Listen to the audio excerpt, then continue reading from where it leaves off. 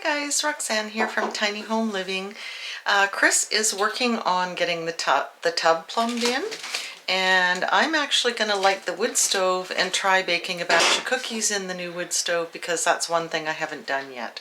I haven't made scones and I haven't made cookies in this oven yet. So again, I'm going to have to get to know whether or not to put them up high or down low or on the chrome rack or the solid rack, or what's better for actually baking the cookies.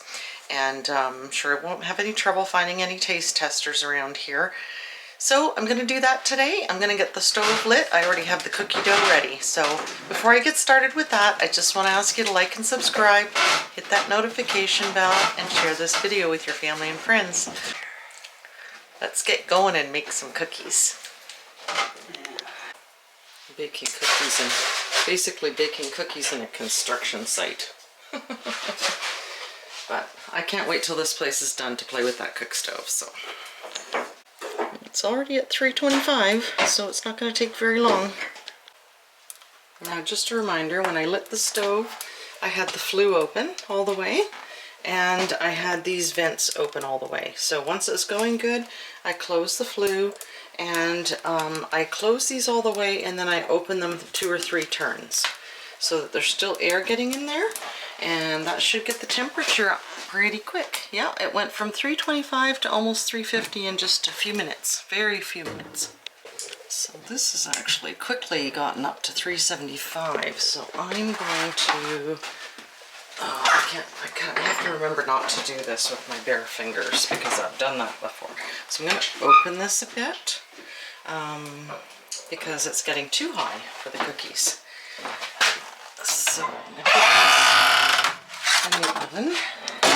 Now I put the chrome rack there, and I put the solid rack down low. So I'm just basically got the solid rack one setting up and the chrome rack about the middle. So I'm going to see how that works. I've knocked my thermometer. Don't know if that'll affect it leaning against the wall. Anyway, having the oven door open for a second here. So we'll see how long this takes to get the first one. I'm gonna have to oil my door too. So Chris has got this wood, the feet to level this we're missing. So he's got these pieces all on the bottom of the tub to for it to sit firmly on the floor, checked for level, and then he's just trying to get all the plumbing pieces all worked out so that it lines up with the drain and the overflow. Now the temperature was getting way too high, so I don't know if it was because it was leaning against the wall. You can see the difference. Now this, I switched these. Those ones were on the chrome rack up here, and these ones were down on there. So these are practically raw, and these are half cooked. And so I switched them around. I also opened the flue all the way so that more air gets in there to lower the temperature. This is the kind of thing I have to get used to, and I have to figure out how to do it really efficiently. It's a beautiful sunny day. Earlier I checked on the chicks. The tarp was over here and they were all sleeping. They seemed really lethargic, and I think it was just too hot in there. So I took the tarp off. Now Chris has also taken this piece of cardboard off. I think this also helps them get ready for going outside. They're much more active now. They're all awake. When I came out earlier, they were almost all sleeping. It was hard to tell if they were dead or alive. So letting the fresh air in and not keeping it so hot. Chris did turn that one light off, so they're doing great. The ones that were getting pecked seem to be okay now. Can't see them in there now, but they seem to be doing good. I'm just gonna check for the eggs too. There's Rusty, getting all huffy. All the girls, last year they loved this area in behind the compost too, and it's one of their favorite spots. Now they have all their holes dug in the ground there from last year, and they just love this area. So they're back to all their favorite spots, and of course you can see their tunnel there. So I'm just gonna check for eggs, see what we got here. Haven't found Betty sitting for any length of time so far this year. No, we've got 3. Oh, look at somebody's. I think they're either breaking them or they're eating them on purpose. That one looks like it's been pecked, not stepped on. We were thinking somebody was stepping on them, but that to me looks like it was pecked. So, and we find the eggs are getting a little bigger again. So again, we've got 4, 5, 6, well, we've got 9 today. We've been getting 8 a lot of days. And I think that's because they're getting laid in the potato patch or wherever. Of course, if you were watching last year, you know that Chris and I had that debate for quite some time about whether they would dare lay them under the sea container when the weather's hot, because they like to go under that sea container where it's nice and cool. And we did find some behind the compost. We found one in the feed pail in the shed one day. So they do lay them all over the place, and sometimes they'll get a favorite spot. So I find it really suspicious that all of a sudden, instead of 11 eggs a day, we're getting 8, sometimes less. So they are clearly laying them somewhere else. I keep telling Chris he's got to go check all those bushes for the eggs. But anyway, I will throw this one back in the pail that goes to them. All their goodies, our crumbs and scraps and everything. So maybe they're doing that on purpose. I just don't know. So I opened the flue all the way, and now this is staying right at 350, which is what I want. And this bottom one that was up, the bottom one was up here on the chrome rack. Looks like it's, I hate these cookie sheets, these flat ones. This looks like they're almost done. Gonna let them go for a little bit longer. And these ones here, again, you see how this is more raw than this. So the ones by the back wall are cooking faster. And so I'm gonna switch that around and let them go for a little longer.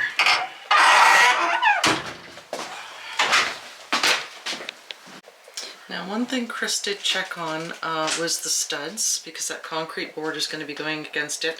This one was bowed out really badly, so he just shaved some off of it with the reciprocating saw to make sure it's as flat as these ones. These ones were perfect. This one was bowed way out, so he shaved some off from almost to the top to the bottom, and that way the wall, the concrete board and the tiles won't be bowed out. Could end up being a big problem when you get to tiling. Second. Now this is the strapping that Chris is putting on the walls at level, and that will sit right under this lip here. So he's got 36-inch pieces to go on the end walls. Now we're going to try and get this tub into the hole so that Chris can hook up the plumbing. Okay, go. Bring it this way first. Just Okay. Flat. Yeah. Okay, tip it.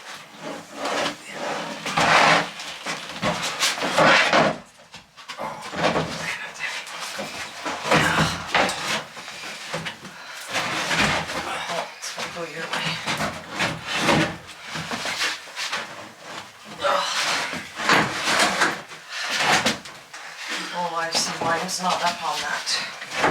There we go. There. Oh. Your fingers.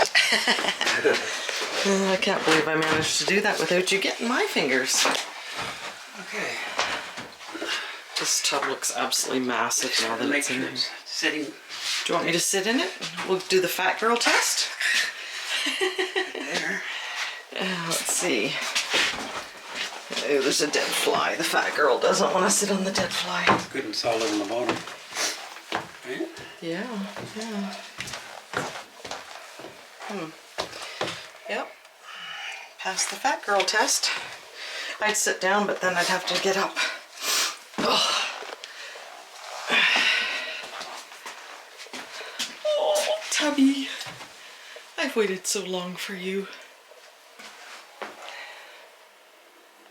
You can see too, you know, again, like the other tiny house, It had a 36-inch deep shower.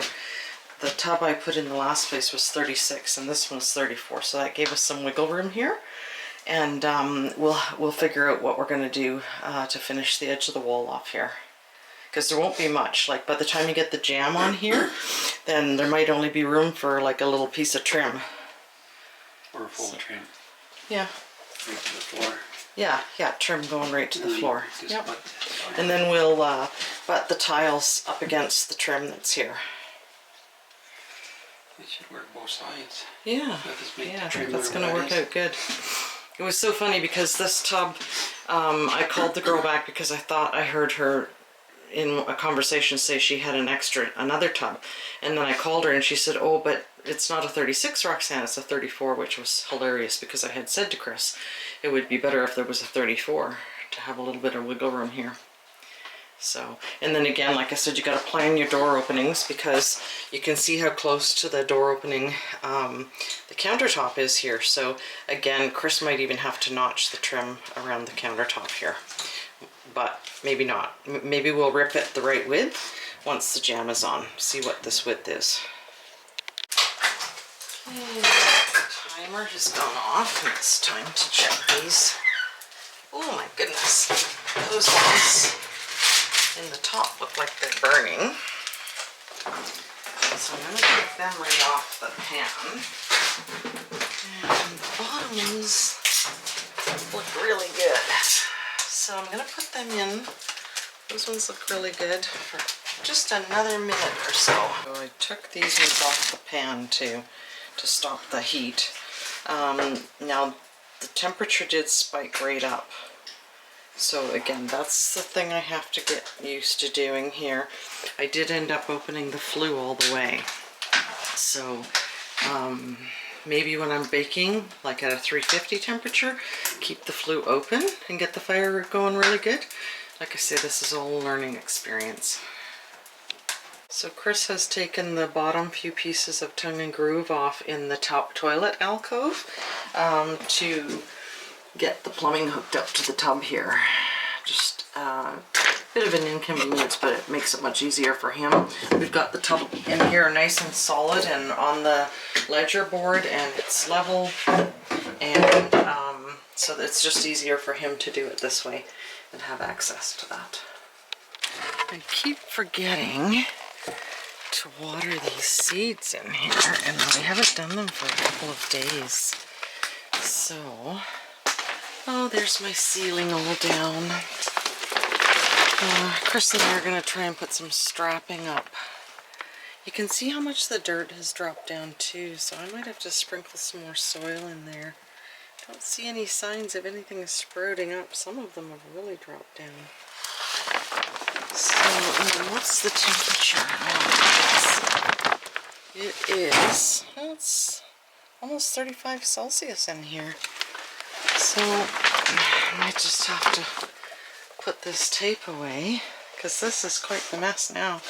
I'm going to have to call that contractor back from Manitoba to do something. Oh, look at the sprouts in the Hascat plant. These are really growing, and I've got so much new growth on this plant. Look at all the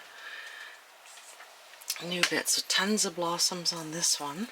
They're different species, of course, because you want to have different species to cross-pollinate. Let's have a little look at look at the apple tree. You know, I get excited about this apple tree. So we've lifted the tub back out. Chris has this all figured out. So he's got to glue it now that he knows he's got everything right. And we'll put the tub back in, and then he just has to thread the parts into place. The other thing Chris is going to do, well, he has to fill in some of the insulation spray foam in the floor. We always have those cans on hand. The other thing I'm going to do is spray foam on the underneath of the tub. This is really prickly, this fiberglass stuff. I think it'll stick really well, so I am going to put some spray foam in between here, up the hole, and on the side, so that the tub hopefully stays warmer longer. I always find that, you know, these tubs don't hold heat the way the old cast iron ones do, but not too often people put in cast iron tubs unless you get a refurbished one these days.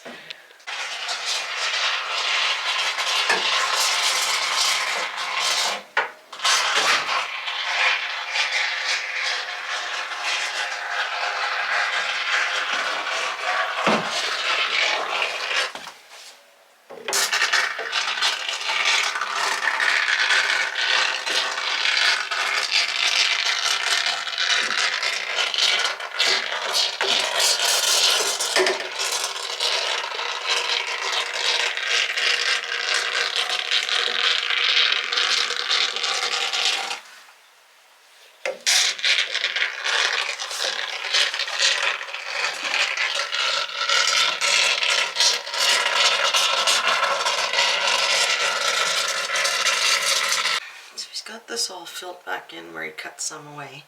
Of course, the idea is to not have your tub pipes freeze up. He's just gone, that can is gone, done, so he's just going to go get another one to do in here. We'll just see how far it goes. It'd be better than nothing, that's the thing. And it's not like these aren't going to get eaten. Let's see what they look like underneath. Oh, they're not bad. It's not like they're black or anything. Chris is like the chickens, he'll eat anything, so. So I did the same thing for these. Let them go a couple more minutes and I'm going to slide them off the cookie sheet so they stop cooking.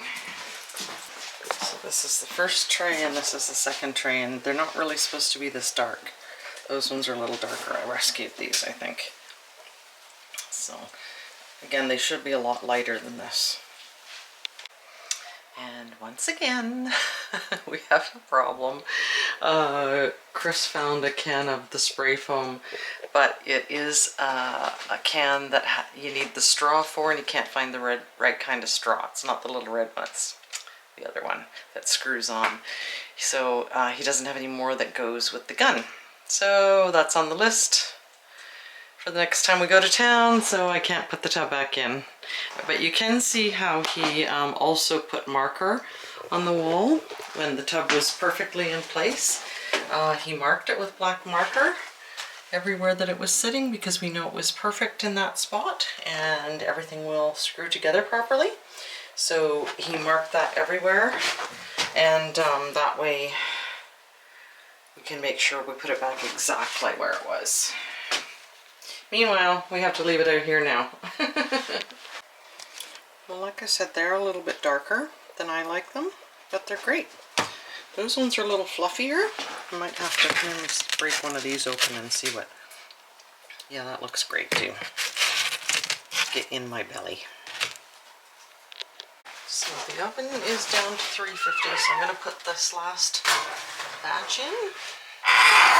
They are quite high in the oven, so that's something else I have to try and figure out, is whether it's better to have them up high or down low, or the chrome rack as opposed to the solid rack. So I've got them on the chrome rack. They are in the top third of the oven, so we'll see how that works. And I'm going to time them for a shorter period of time too. The convection oven in the tiny house, the other tiny house, everything takes longer to cook. This seems to be cooking really quickly, but then again the temperature is too high. So I'm going to do like 4 minutes each side rather than 10.